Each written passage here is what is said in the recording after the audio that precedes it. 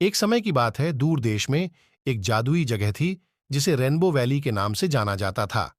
घाटी दो ऊंचे, धुंध भरे पहाड़ों के बीच बसी हुई थी और हमेशा आकाश में फैले एक शानदार इंद्रधनुष की हल्की चमक में नहाती रहती थी। यह कोई साधारण इंद्रधनुष नहीं था।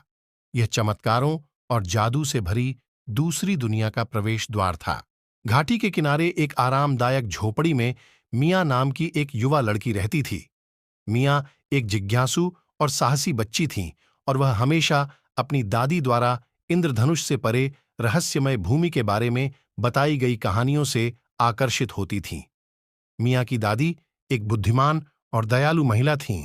उन्होंने अपनी युवावस्था में कई बार रेनबो वैली का दौरा किया था और स्मृति चिन्ह के रूप में एक सुंदर चमकदार क्रिस्टल भी वापस लाई थीं।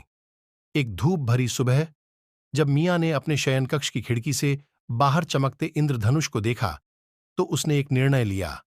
वह अपनी दादी की तरह ही रेनबो वैली की साहसिक यात्रा पर निकलने वाली थी।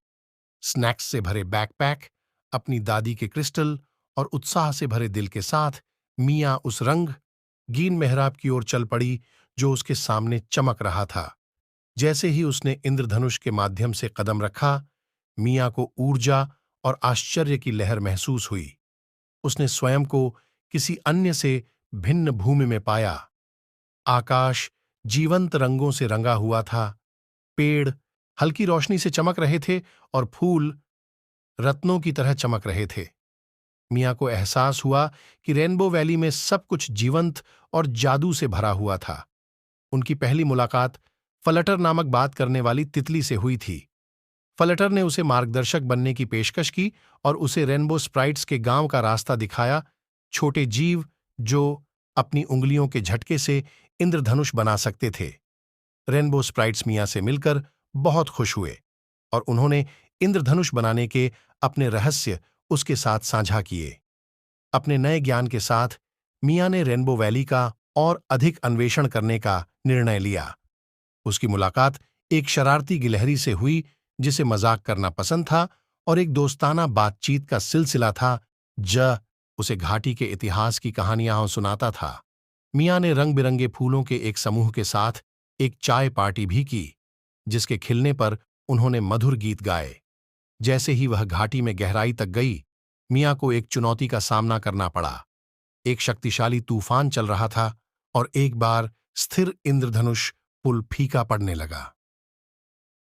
रेनबो स्प्राइट्स और उसके नए दोस्त मिया को घर वापस लाने में मदद करने के लिए एकजुट हुए। अपने संयुक्त प्रयासों से उन्होंने एक शानदार बहुरंगी रास्ता बनाया जो मिया को सुरक्षित रूप से अपनी दुनिया में वापस ले गया। मिया रेनबो वैली में बनाए गए अपने दोस्तों के प्रति कृतज्ञता से भरे दिल के साथ इंद्रधनुष से बाहर निकली। वह जानती थी कि वह जब चाहे जादुई जगह पर जा सकती है, अपने साथ लाए विशेष क्रिस्टल की बदौलत। मिया घर लौट आई, जहां उसने अपनी दादी के साथ अपने अविश्वसनीय साहसिक कार्य को साझा किया, जो मुस्कुराई और समझ में सिर हिलाया। Subscribe now.